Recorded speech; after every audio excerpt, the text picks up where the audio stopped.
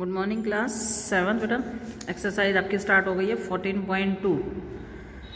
First question है find the area of square park whose perimeter is 480 metre. Same question हमने 14.1 में किया था कि पैरामीटर गिवन है और हमें एरिया निकालना है। तो पैरामीटर से पहले हम साइड निकालेंगे, साइड से देन हम एरिया निकालेंगे, ठीक है ना। पहले पैरामीटर से हम साइड निकालेंगे, देन साइड से हम एरिया निकालेंगे। Let's start. Parameter of a square 480 metre हो गया। साइड निकालेंगे तो हम क्या करते हैं, पैरामीटर का 1/4 मतलब p/4। तो 480 को 4 से जब डिवाइड करेंगे तो हमारे पास आ जाएगा 120 मीटर। अब हमारे पास साइड्स आ चुकी है, देखो, ठीक है। तो अब हमारे को निकालना है एरिया।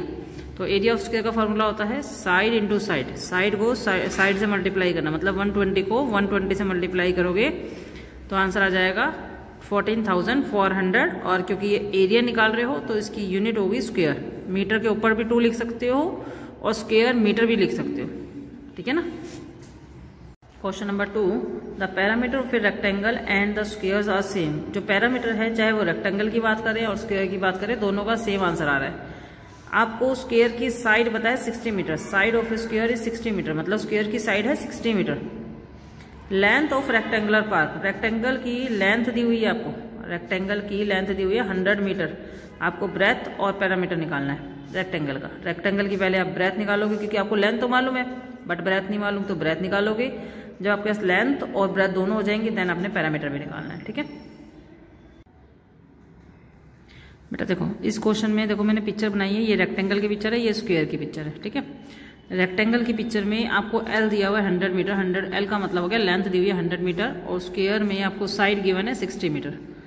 दोनों का पी इक्वल है, दोनों का पी का मतलब है दोनों का पैरामीटर इक्वल है। तो हम लिखेंगे पैरामीटर ऑफ रेक्टेंगल इक्वल में पैरामीटर ऑफ स्क्वायर, ठीक है।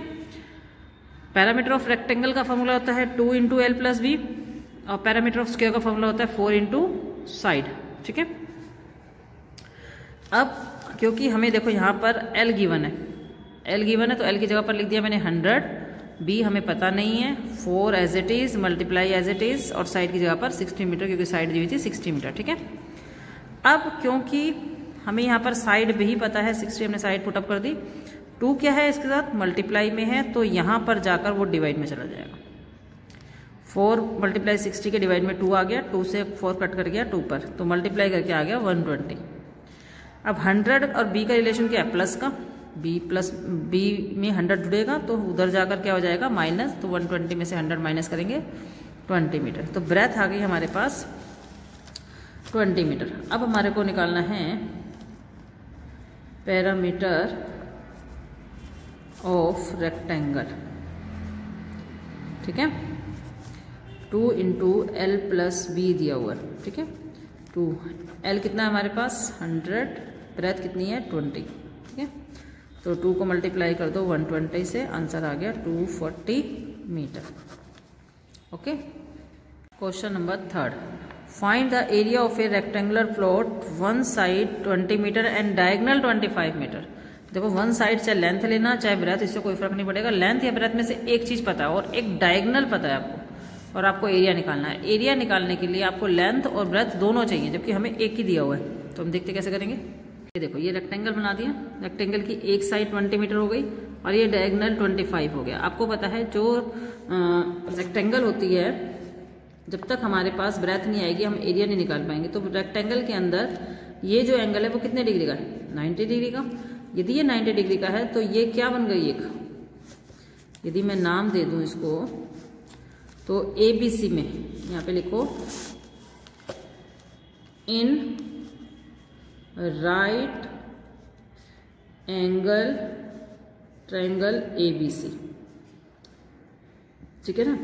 ABC में यदि ये ट्रायंगल की बात करें तो ये राइट एंगल ट्रायंगल बन गई। और हमने लास्ट चैप्टर में पढ़ा था कि यदि राइट एंगल ट्रायंगल हो तो इसमें पाइथागोरस थ्योरम से हम कोई भी साइड निकाल सकते हैं, ठीक है। पाइथागोरस थ्योरम क्या कहती है कि h का स्क्वायर इक्वल में बेस का स्क्वायर प्लस परपेंडिकुलर। h का मतलब हाइपोटेन्यूज, ये देखो ये हाइपोटेन्यूज, ये परपेंडिकुलर और ये बेस।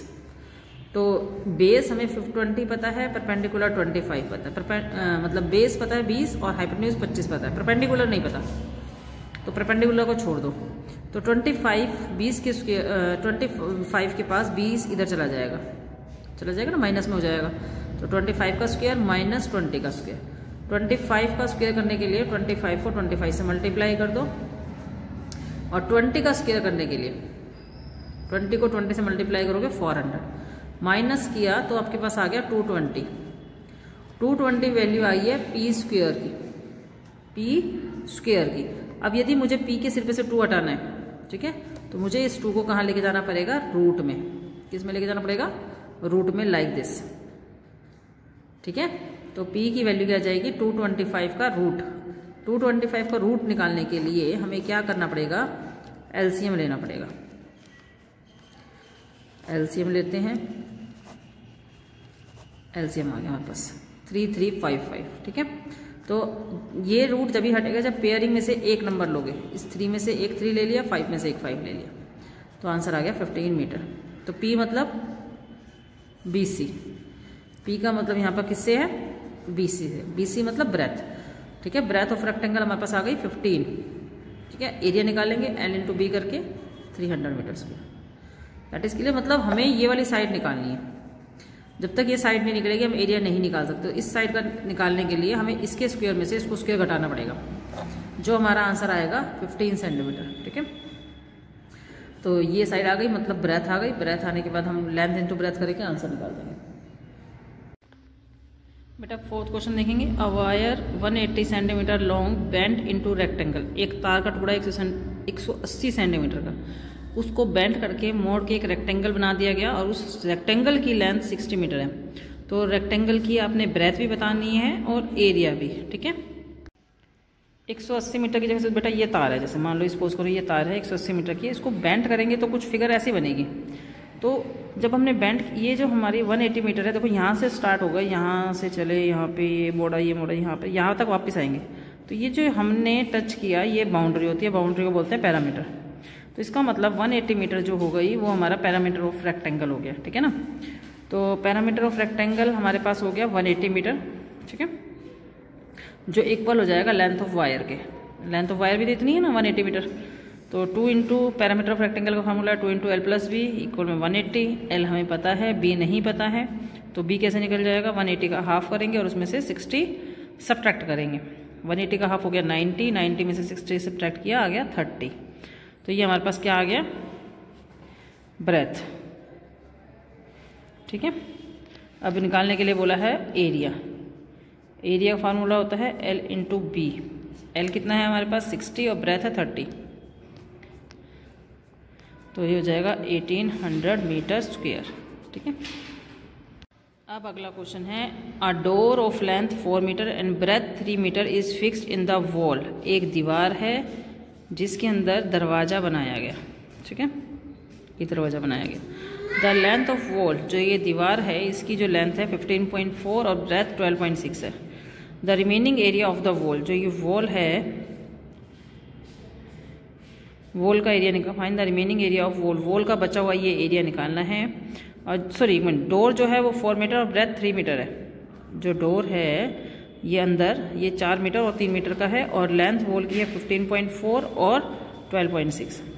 तो आपको बची हुई दीवार का एरिया निकालना है, और कॉस्ट मतलब जो दीवार बची हुई है उसके ऊपर वाइट वॉशिंग करवाएं तो क्या खर्चा आएगा। यदि 1 मीटर स्क्वायर का खर्चा 30 रुपये है तो, ठीक है।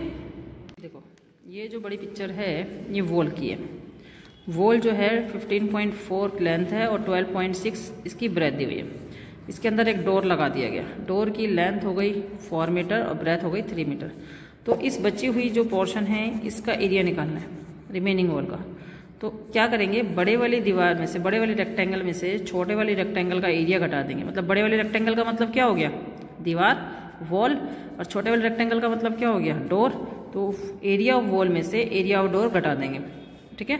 फार्मूला वही है, लेंथ इंटू ब्रेथ। ये लेंथ है, ये ब्रेथ, इन दोनों की मल्टीप्लाई, ये लेंथ, ये ब्रेथ, इन दोनों की मल्टीप्लाई, ठीक है। मल्टीप्लाई करेंगे देन सब्ट्रैक्ट करेंगे। पहले मल्टीप्लाई करेंगे इन दोनों की, ये आंसर आ जाएगी। इन दोनों की मल्टीप्लाई करेंगे तो ये आ जाएगा। अब इन दोनों को सब्ट्रैक्ट करेंगे। 194.04 में से आपको 12 सब्ट्रैक्ट करना है। तो 12 is a complete whole number, decimal number नहीं है, तो पॉइंट लगाकर 0 लगाएंगे, सब्ट्रैक्ट कर देंगे, हमारा आंसर आ जाएगा। ये आंसर आया है रिमेनिंग वॉल का एरिया, ठीक है। अब आपको जो निकालना है वो निकालनी कॉस्ट कि यदि हम वाइट वॉश करते हैं 30 रुपये पर मीटर स्क्वायर के हिसाब से, 1 मीटर स्क्वायर का 30 रुपये का खर्चा है, पर का मतलब होता है 1 मीटर स्क्वायर का, तो इतने मीटर स्क्वायर में कितना खर्चा होगा, तो आप क्या करोगे, इन दोनों की मल्टीप्लाई कर दोगे, एरिया की रुपीज़ के साथ मल्टीप्लाई कर दोगे। ठीक है, तो मल्टीप्लाई करेंगे तो हमारा आंसर आ जाएगा। ठीक है, क्लियर। तो बेटा आपके 5 क्वेश्चंस हो गए हैं। आपको ये 5 क्वेश्चंस करके मुझे 12 बजे से पहले ही सेंड करने हैं। यदि कोई भी प्रॉब्लम हो तो मुझे फ़ोन करके कंसल्ट करेंगे। ठीक है, thank you, have a nice day.